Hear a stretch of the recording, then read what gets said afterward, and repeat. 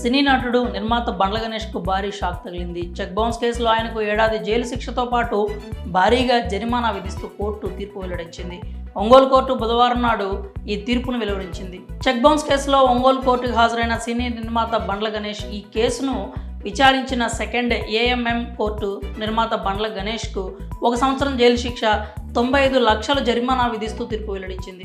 అంతేగాక ఈ కేసులో అప్పీల్ చేసుకునేందుకు గాను బండ్ల గణేష్కు కోర్టు నెల రోజుల గడువు ఇచ్చింది. నాగులుప్పలపాడు మండలం మద్దిరాల ముప్పాళ్ళ గ్రామానికి చెందిన జట్టి వెంకటేశ్వర్లు దగ్గర 2019లో బండ్ల గణేష్ 95 లక్షల రూపాయలు అప్పుగా తీసుకున్నాడు. ఈ మొత్తానికి అసలు వడ్డీతో కలిపి 1,20 లక్షల రూపాయలకు గాను జట్టి వెంకటేశ్వర్లకు చెక్ ఇచ్చాడు.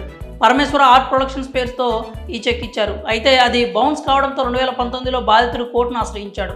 వెంకటేశ్వర్లు ఫిర్యాదును స్వీకరించిన కోర్టు విచారణ చేపట్టింది. నేడు తాజాగా బండ్ల గణేష్కు ఏడాది జైలు శిక్ష విధిస్తూ తీర్పును వెల్లడించింది. గతంలో ఈ కేసు విచారణకు హాజరు కావాలని కోర్టు గణేష్కు పలుసార్లు నోటీసులు ఇచ్చింది. అయితే ఆయన ఒక్కసారి కూడా కోర్టుకు హాజరు కాలేదు. దీంతో గతంలో కోర్టు బండ్ల గణేష్ మీద అరెస్ట్ వారెంట్ కూడా జారీ చేసింది. ఈ క్రమంలో ఒంగోలు 1 టౌన్ పోలీసులు ఆయన్ను అరెస్ట్ చేసేందుకు హైదరాబాద్ కూడా వెళ్లారు. గతంలో కూడా చెక్ బౌన్స్ కేసులో కోర్టు బండ్ల గణేష్కు 6 నెలల జైలు శిక్ష విధించింది. 2017లో టెంపర్ సినిమాకు సంబంధించి డైరెక్టర్ ఒక్కంతం వంశీ వేసిన చెక్ బౌన్స్ కేసులో భాగంగా బండ్ల గణేష్కు ఎర్రమంజిల్ కోర్టు 6 నెలల జైలు శిక్ష విధించింది.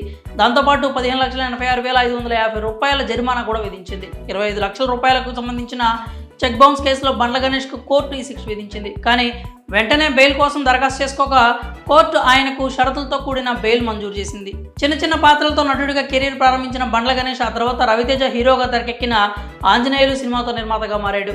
తర్వాత వరుసగా పవన్ కళ్యాణ్, ఎన్టీఆర్, రామ్ చరణ్ లాంటి స్టార్ హీరోలతో సినిమాలు నిర్మించారు. ప్రస్తుతం ఆయన రాజకీయాల్లో కూడా చురుగ్గా ఉన్నారు. కాంగ్రెస్ పార్టీలో కొనసాగుతున్న బండ్ల గణేష్ రానున్న లోక్సభ ఎన్నికల్లో మల్కాజ్గిరి నుంచి పోటీ చేస్తానని ప్రకటించడమే కాక ఎంపీ టికెట్ కోసం దరఖాస్తు కూడా చేసుకున్నాడు.